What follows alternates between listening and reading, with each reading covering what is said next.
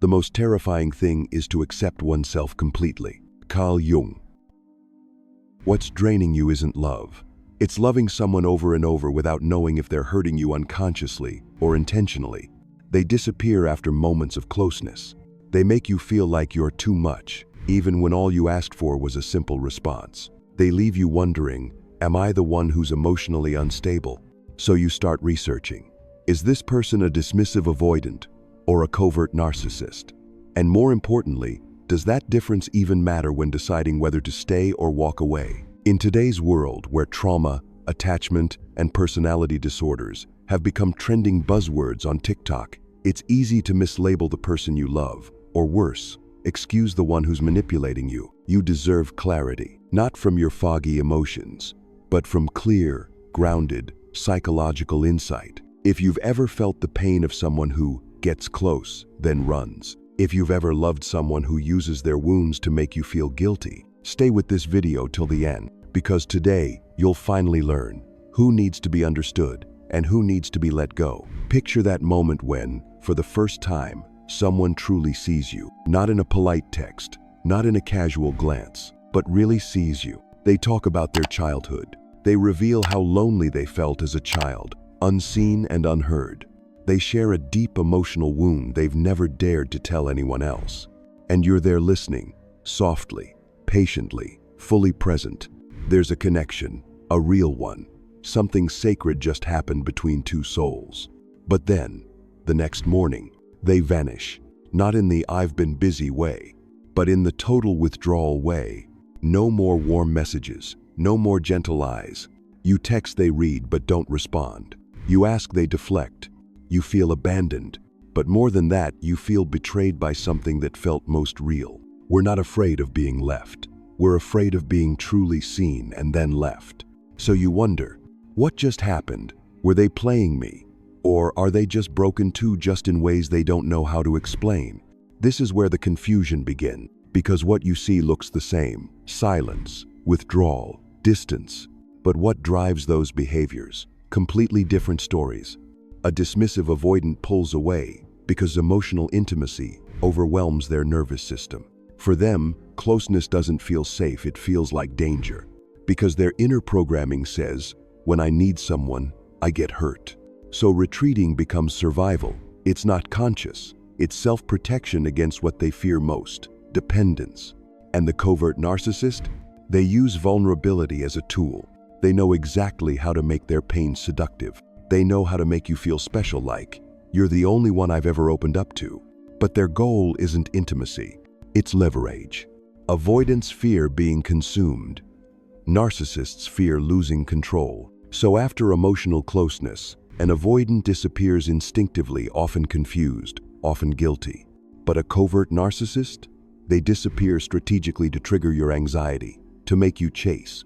From the outside, both use stonewalling, both avoid vulnerability, both create emotional uncertainty. But look closer. An avoidant is running from themselves, not just from you. A narcissist is calculating every move, watching if you still reach, still beg, still wait. And so you stay. You tell yourself they just need space. You think, they're just avoidant. I need to be patient. But what you don't realize is, you might already be in a game where your heart is just a pawn on someone else's board. Confusion begins at the behavioral level, but true clarity starts at the level of motive. Because behavior is easy to mimic, but motive, what lies beneath the surface, is where the truth lives. To truly understand what's going on, we need to take a step back, to look at this through a clear academic lens. What belongs to personality and what belongs to attachment? 1. From a psychological lens, personality versus attachment. A covert narcissist belongs to the realm of personality. This means the way they experience the world has been structured like a deeply embedded system, often rigid and hard to change. It's not just how they act, it's who they believe they are, defined by how others mirror them.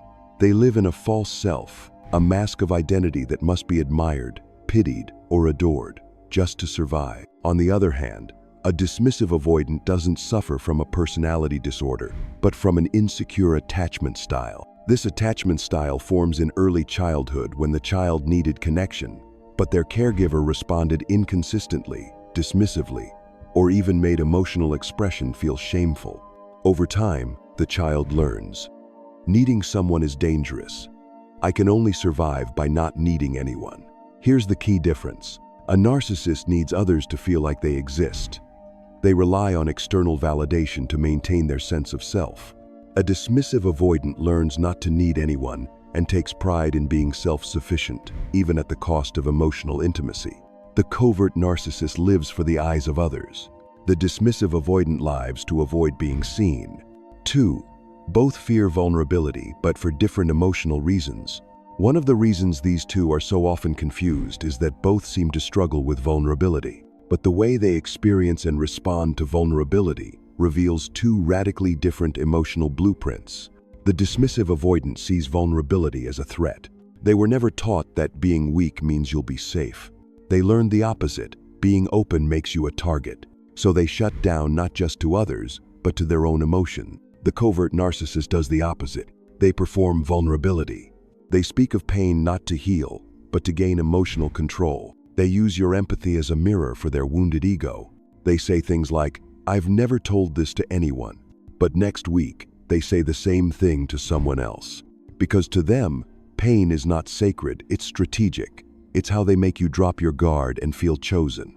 To the avoidant, vulnerability is shame.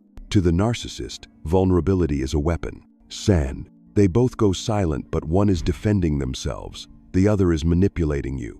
Both dismissive avoidants and covert narcissists tend to use stonewalling silence, withdrawal, avoidance, as a reaction when emotions escalate. But why they do it tells you everything. For the dismissive avoidant, silence is a survival mechanism. When emotional closeness overwhelms them, even when it's tender, sincere, they retreat into emotional isolation. This is the only way they know how to manage the surge of feelings, because they were never taught how to co-regulate. For the narcissist, silence is a weapon. If you say something that wounds them, even if it's the truth, you've punctured their ego. And now, they punish you with emotional distance. They disappear, not to regulate, but to make you spiral, to make you anxious, to make you chase. The avoidant's silence is unconscious, lonely, protective. The narcissist's silence is deliberate, cold, controlling. So if you find yourself chasing after someone, trying to make things right, apologizing without knowing why, you may already be caught in a dynamic where your anxiety is being used as their source of power. But if they go silent and feel more like a wounded animal than a strategist, if they're terrified of closeness, not addicted to control, then maybe, just maybe, you're looking at someone who is fighting their own battle inside. And regardless of who they are, you must ask yourself, is their trauma worth the cost of abandoning yourself? Because sometimes, the real question isn't about who they are. It's about who you're becoming in that relationship. And here's something no one may have told you directly. A dismissive avoidant may feel more pain after intimacy than even you do. You're the one left behind, but they're the one who doesn't know how to stay. You think you weren't enough, but they think if they stay too long, they'll lose themselves. Unlike the covert narcissist, who constantly seeks emotional supply to feed their fractured ego, the dismissive avoidant doesn't chase anyone. They crave closeness, but they fear it. They fear it to the core, because to them, love means exposure. And exposure feels like the fastest route to losing freedom, autonomy, and identity. So when you see them pull away, and it feels like betrayal, what's actually happening is that they're terrified of the very thing they long for the most. I want love, but I don't know how to love without losing myself. That's the inner voice of a dismissive avoidant. And this is where we need a shift in perception, not to excuse their behavior, but to see yourself more clearly in the dynamic. Because even if their pain is real, their pain can still hurt you. You're not wrong for having compassion, but if you're not careful, you'll forgive what should have been a boundary. You'll start believing it's your job to heal them, that if I just love them enough, they'll finally change. But the truth is, not every wounded person is someone you're meant to stay with, and not every wounded person is willing to heal. This is the line that many of us cross until we no longer recognize ourselves. A covert narcissist uses pain to make you feel guilty. A dismissive avoidant uses pain to make you feel helpless. Either way, you end up confused, emotionally burdened, and trapped in a cycle that keeps repeating itself. A cycle of hope then withdrawal. A cycle of connection then disappearance. A cycle of, this time will be different, and yet it never island. Eventually, you adapt to the chaos. You become hyper-attuned to every micro-signal. A delayed text makes you anxious. A shift in tone makes you second-guess yourself. You begin to contort and compromise just to keep them from leaving. And in that moment, you are no longer you. You've become codependent, emotionally hooked on someone who never truly offers you stability. You can no longer tell the difference between love and fear of abandonment, between compassion and enabling someone's unhealed pain. The truth is, you can love someone who's hurting, but it is not your job to set yourself on fire to keep them warm. And this is the key distinction. You must learn to tell the difference between someone protecting themselves and someone protecting their ego. A dismissive avoidant pulls away for safety, but if they want to grow, they'll slowly return.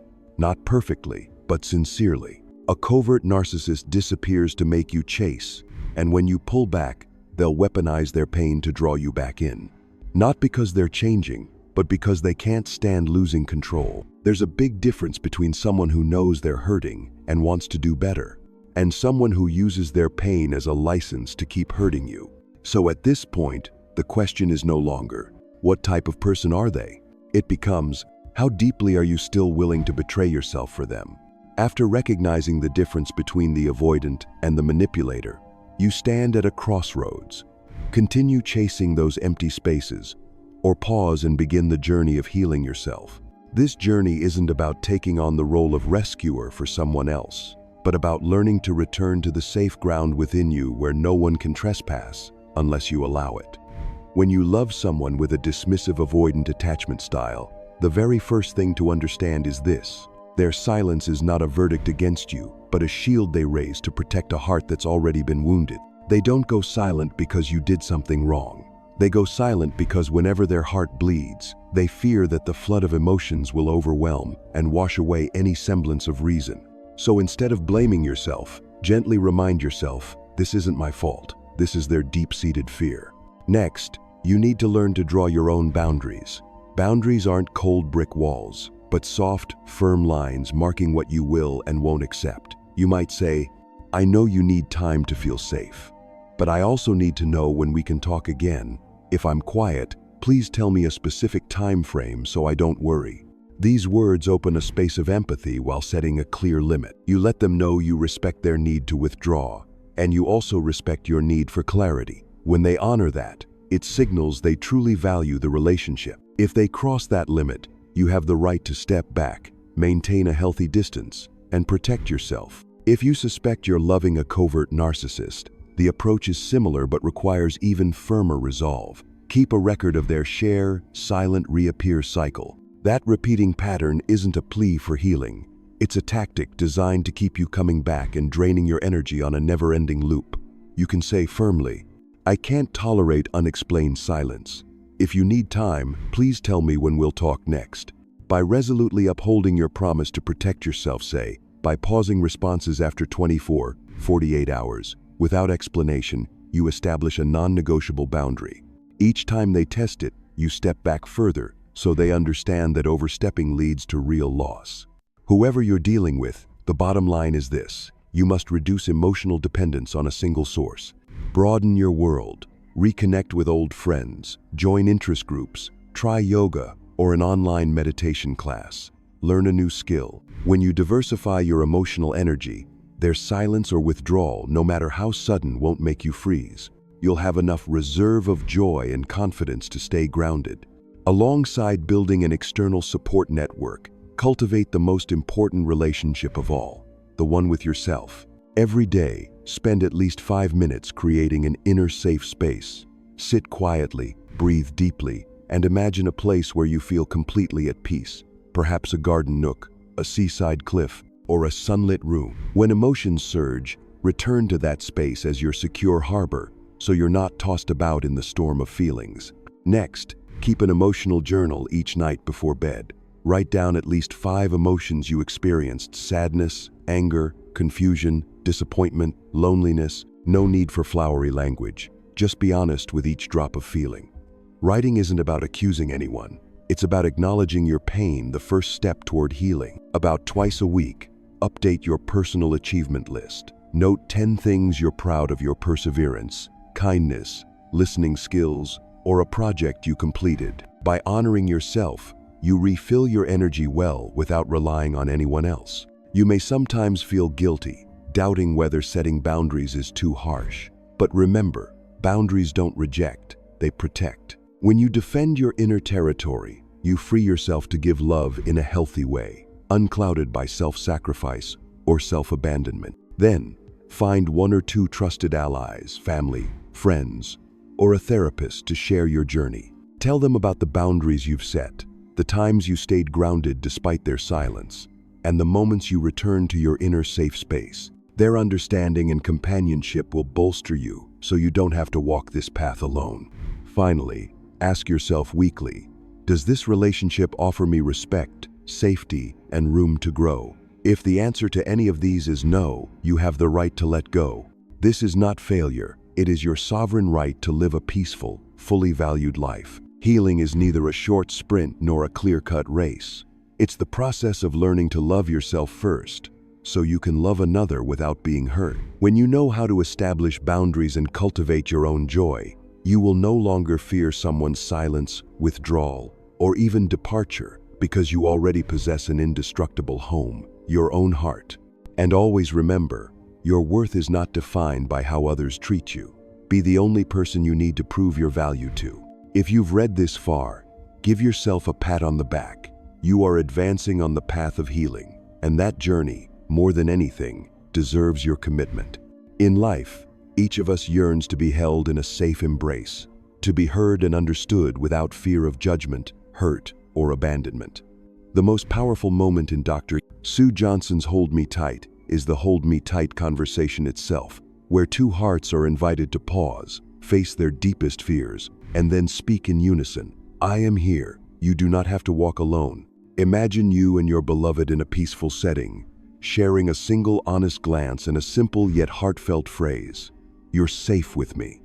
That isn't just a fleeting promise. It is a vow to build a sanctuary for two, a space where old wounds are soothed, and each tentative step toward closeness is welcomed rather than judged. When you whisper, "Hold me tight," as if my heart needs a shield against the storm, you aren't merely offering temporary comfort. You are opening a realm where your partner can learn to trust, to share their fears, to acknowledge that they, too, deserve unconditional love. The true power of this exchange lies in turning each affirmation into action, each hand squeeze, each lingering embrace, each gaze held long enough for the other to feel, we are here for one another. In those moments, you don't just trigger a rush of oxytocin, the bonding hormone, you plant a seed of hope in your partner's heart. That love is not a battle for control or an emotional game, but a duet of two beating hearts praying for peace. Furthermore, by saying once more, you don't have to be strong alone. You invite your partner to set aside their invisible armor and make room for genuine vulnerability, the true foundation of deep connection. For anyone who has found themselves lost in an avoidant's cryptic silence or a narcissist's dramatic manipulation, this conversation acts like a key unlocking the most secret chamber of the heart, reminding us that no matter how dark our past, a path back to safety can be forged through courage, unconditional embrace, and promises untainted by doubt. As you and your partner embark on the 7 conversations Sue Johnson outlines, each chapter becomes more than just words on a page.